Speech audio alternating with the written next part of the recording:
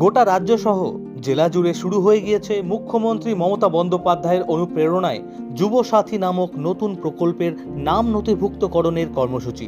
মুর্শিদাবাদের জিয়াগঞ্জের বহুমুখী শিশু সংঘের ময়দানে রবিবার 15 ফেব্রুয়ারি থেকে শুরু হওয়া এই প্রকল্পের ক্যাম্প প্রত্যহ চলবে 26 ফেব্রুয়ারি পর্যন্ত। যুব সাথী ক্যাম্পে ফর্ম ফিল আপের জন্য উপচে পড়েছে কর্মহীন বেকার যুবক যুবতীদের লম্বা লাইন। পাশাপাশি এই লাইনে দেখা মেলে জিয়াগঞ্জ আজিমগঞ্জ পৌরসভার অন্তর্গত বিভিন্ন সরকারি পরীক্ষার জন্য প্রস্তুতি নেওয়া বেশ কিছু উচ্চশিক্ষিত বেকার যুবক যুবতীদেরও। এই বিষয়ে কি বললেন সেই সমস্ত উচ্চশিক্ষিত বেকার যুবক যুবতীরা, শুনে নেব তাদের মুখেই। লক্ষ্মী ভাণ্ডার চালু করেছিলেন এবং এই যে শিক্ষিত বেকার যুবকদের জন্য আজকে একটা বড় সিদ্ধান্ত নিয়েছেন যে 1500 টাকা করে ভাতা দেবেন। এটা নিয়ে তুমি কতটা খুশি এবং কি বলতে চাইছো? এটা খুশি বলতে যে হিসেবে যে বিষয়ের জন্য টাকাটা দেওয়া হচ্ছে সেটা খুবই ভালো বিষয় হচ্ছে। নর্মালি যে ফর্ম ফিল আপ করার জন্য যে সমস্ত টাকা লাগতো বেকার যারা আছে এখন তাদের কাছে এটা একটা বড় ব্যাপার হয়ে দাঁড়িয়েছিল না। তো এই সামান্য টাকাটাও অনেক কাজে লাগবে। এবার থেকে ফর্ম ফিল আপের জন্য আর কারোর কাছে হাত পাততে হবে না। তাছাড়া নর্মাল যে সমস্ত খরচাগুলো লাগে যেমন ট্রেনের জার্নি বা যাতায়াত, সেগুলো একটা সুবিধা হবে। তাছাড়া আর কিছু এগুলোর জন্য বেশ ভালোই কাজ হচ্ছে। সাধারণ চাকরির জন্য যে হাত খরচটা তো সেটা থেকে অনেকটা রিলিফ। হ্যাঁ, সেটার জন্য অনেক সুবিধা হবে।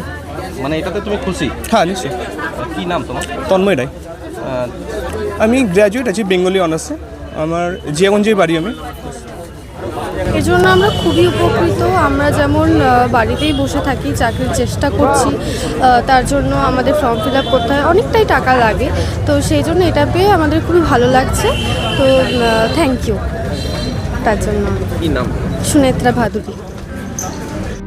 জিয়াগঞ্জ আজিমগঞ্জ পৌরসভার পৌরপিতা সহ বিভিন্ন কাউন্সিলর বৃন্দের উপস্থিতিতে এবং পৌরকর্মীদের সহায়তায় বিতরণ করা হচ্ছে যুব সাথীর ফর্ম।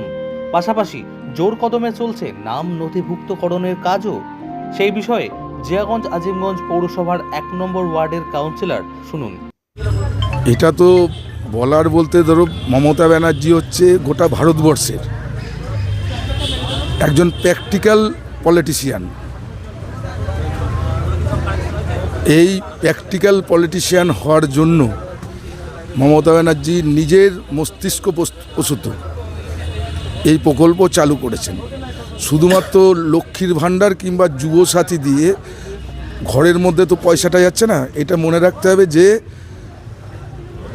এই যে টাকাগুলো দিচ্ছে এতে যে স্মল ইকোনমি আর কি, ক্ষুদ্র অর্থনীতি, গোটা মার্কেটের ক্ষুদ্র অর্থনীতির একটা চেঞ্জ এই সময়কালের মধ্যে পশ্চিমবাংলায় এই অর্থের মধ্যে দিয়ে পরিবর্তন হচ্ছে।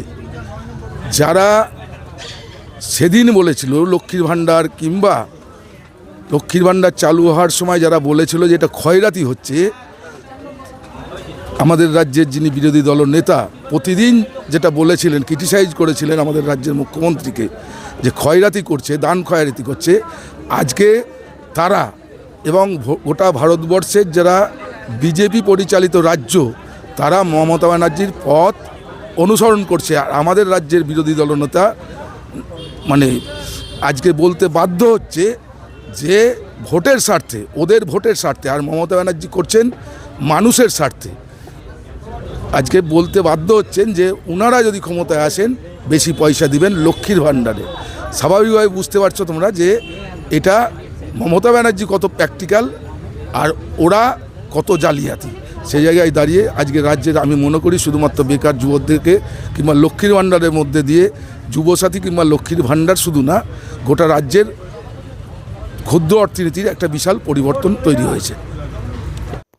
সূত্র মারফত জানা গিয়েছে মাধ্যমিক পরীক্ষায় পাশ করলেই অনায়াসেই তাদের আধার লিঙ্ক করা ব্যাংক অ্যাকাউন্টে সরাসরি মিলবে এই যুব সাথী প্রকল্পের ঘোষণা অনুযায়ী আগামী 5 বছর মাসিক 1500 টাকা ভাতা। আর কি সুবিধা থাকছে এই প্রকল্পে?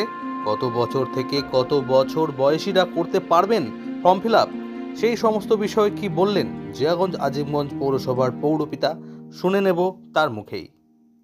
মাননীয় মুখ্যমন্ত্রী মমতা বন্দ্যোপাধ্যায়কে অন্তর থেকে ধন্যবাদ জানাবো যে ওনার মস্তিষ্ক প্রসূত এই ধরনের যে চিন্তাভাবনা, যে যুব সমাজকে স্বাবলম্বী করা এবং আজকে যে যুবসাথী 21 থেকে 40 বছর পর্যন্ত যারা যুবক ভাইরা আছে, যারা মাধ্যমিক পাস করেছে, তাদেরকে 1,500 টাকা করে ভাতা দেওয়া এবং তার সঙ্গে সঙ্গে আমার মায়েরা বোনেরা যারা লক্ষ্মীর ভাণ্ডার পাচ্ছেন, যাদের 21 থেকে 25 যারা লক্ষ্মীর ভাণ্ডার আওতায় আসতে পারছে না, তারাও এই যুবসাথীতে আবেদন করতে পারবে। এবং তার সঙ্গে সঙ্গে এখানে লক্ষ্মীর ভাণ্ডার যারা এখনও নাম নথিভুক্ত করতে পারেনি বা করা হয়নি, তারা নথিভুক্ত করতে পারবে। এখানে ক্ষেতমজুর যারা আছে তারাও আবেদন করতে পারবে, যারা ভূমিহীন ক্ষেতমজুর যারা কাজ করে তারা আবেদন করতে পারবে। এই বিভিন্ন প্রকল্পগুলো নিয়ে আজকে আমাদের জিয়াগঞ্জ আজিমগঞ্জ পৌরসভা এলাকায় বহুমুখী প্রাঙ্গণে আজকে 15 তারিখ থেকে 26 তারিখ পর্যন্ত এই ক্যাম্প আমাদের চলবে এবং আমরা জিয়াগঞ্জ আজিমগঞ্জ পৌর এলাকার আমাদের জিয়াগঞ্জ আজিমগঞ্জ পৌরসভার সমস্ত কাউন্সিলর উদ্যোগ নিয়ে আজকে এই ক্যাম্পে যাতে 100% যারা এর আওতায় আছে তারা যাতে নাম নথিভুক্ত করতে পারে এবং এই সরকারি প্রকল্পের সুবিধায় আসতে পারে, তার জন্য আমরা আজ থেকে আমার পুরোদমে এই মাঠে ময়দানে আমরা আছি এবং প্রত্যেকের নাম নথিভুক্ত করে তাদেরকে এই সুবিধা আনা, এটাই আমাদের লক্ষ্য। আমরা আবারও মমতা বন্দ্যোপাধ্যায়কে অন্তর থেকে ধন্যবাদ জানাই। এই সময়কালের মধ্যে প্রচুর মানুষ তারা চাকরি পেয়েছে, কিন্তু তার পাশাপাশি যারা এখনও পায়নি এবং যারা মাধ্যমিক পাস করেছে তাদেরকে এই সুবিধাটা দেওয়া এবং তাদেরকে প্রাথমিকভাবে তাদের যে আগামী দিনে ভবিষ্যৎ গড়তে প্রাথমিক যে লক্ষ্য, সেই লক্ষ্যটা তাদের পূরণ হবে। আজকে আমরা যেভাবে দেখলাম যেভাবে মানুষের ঢল এখানে বিভিন্ন যুবক ভাইরা এখানে উপস্থিত হচ্ছে, এটা সত্যিই আমাদের কাছে একটা গর্বের বিষয়। আচ্ছা, এই যুবসাথী কি ছেলে মেয়ে উভয় সবাই পাচ্ছে? হ্যাঁ, ছেলেরা যারা আছে তারা 21 থেকে 40 বছর বয়স পর্যন্ত যাদের বয়স, যারা মাধ্যমিক পাস করেছে তারা আবেদন করতে পারবে। এছাড়াও আমার বোনেরা যারা আছে, যারা মাধ্যমিক পাস করেছে, 21 বছর বয়স হয়েছে, 25 বছর পর্যন্ত তারা এই সুবিধা পাবে। 25 বছরের পর তারা লক্ষ্মীর ভাণ্ডার পাবে। আচ্ছা, এই সুবিধা পেতে গেলে কী কী ডকুমেন্টস দিতে হচ্ছে তাদেরকে? মূলত ভোটার কার্ড, আধার কার্ড, ব্যাংকের পাসবই জেরক্স, 1 কপি ছবি আর মাধ্যমিক পাস সার্টিফিকেট, বয়সের প্রমাণপত্র এবং মাধ্যমিক পাস, এটা অবশ্যই জরুরি।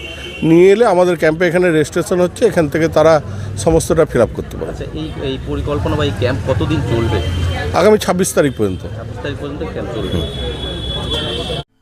মুখ্যমন্ত্রী প্রদত্ত এই প্রকল্প এক কথায় সাময়িক স্বস্তি এনে দিতে চলেছে শিক্ষিত বেকারদের। এই বিষয়ে আপনাদের মতামত জানান আমাদের কমেন্টে। জিয়াগঞ্জ থেকে প্রশান্ত সাহার রিপোর্ট, বাংলা নিউজ।